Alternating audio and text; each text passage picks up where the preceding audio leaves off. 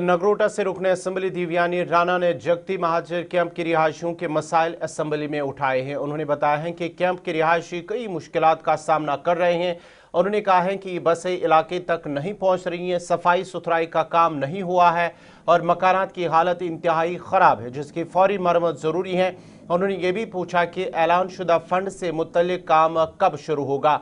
ताहम नायब वज़ीर आला सुरिंदर चौधरी ने जवाब देते हुए कहा कि यह बहुत दुख की बात है कि कश्मीरी पंडितों को हिजरत करनी पड़ी। उन्होंने मज़ीद कहा है कि हुकूमत वक्तन फ़वक्तन अहकाम जारी करती रहती है और उनके मसाइल हल करने की कोशिशें जारी हैं।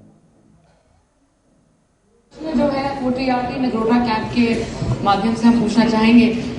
ऑनरेबल डिप्टी सीएम साहब ने साझा किया इतनी सारी फैसिलिटीज प्रोवाइड की जा रही हैं, पर अगर हम आपको सच बताएं तो टीआरटी से हमें हर दिन कॉल्स आती हैं जहां पर लोगों की गुंजाइश ये है कि ट्रांसपोर्टेशन की जो रिक्वायरमेंट्स हैं वो फुलफिल की जाए।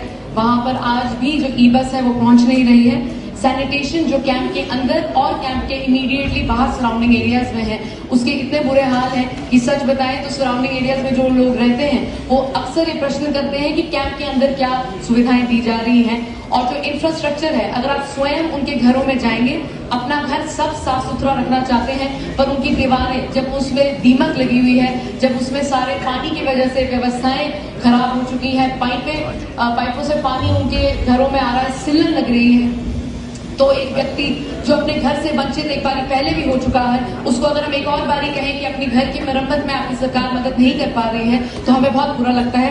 हम उम्मीद करेंगे कि जो 84.9 करोड़ की बात की गई है आपके सवाल के जवाब में, मैं उम्मीद करूंगी कि इसमें टाइमलाइन सेट किया जाए। हालांकि कहा गया है 26-27 के कैपेक्स बजट में इसको कंसिडर किया जाएगा।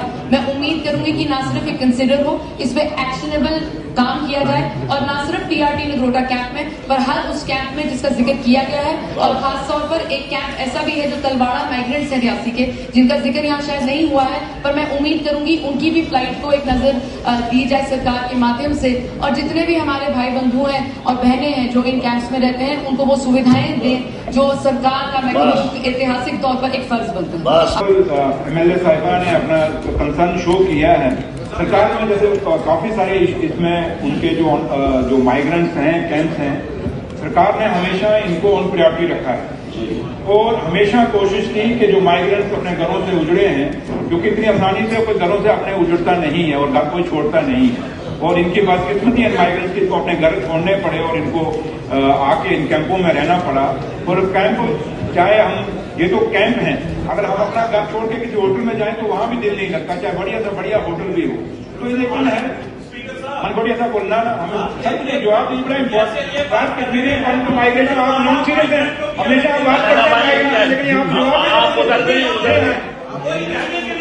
आप मिनिस्टर साहब आपको उधर नहीं, मेरी तरफ से आप मेरी तरफ देखो, उधर नहीं, बोलो जल्दी, बोलो जल्दी। इसलिए बड़ा जेन्युइन है और सरकार ने हर वक्त पे 2021 में सरकार ने एक ऑर्डर निकाला था, उसमें भी सरकार ने जो डिपार्टमेंट थे हमारे, चाहे वो पीडब्ल्यूडी थी, चाहे जल शक्ति डिपार्टमेंट था, चाहे वो पावर गवर्नमेंट डिपार्टमेंट था, उनको इस कैटेगरी में सौंपी गई थी।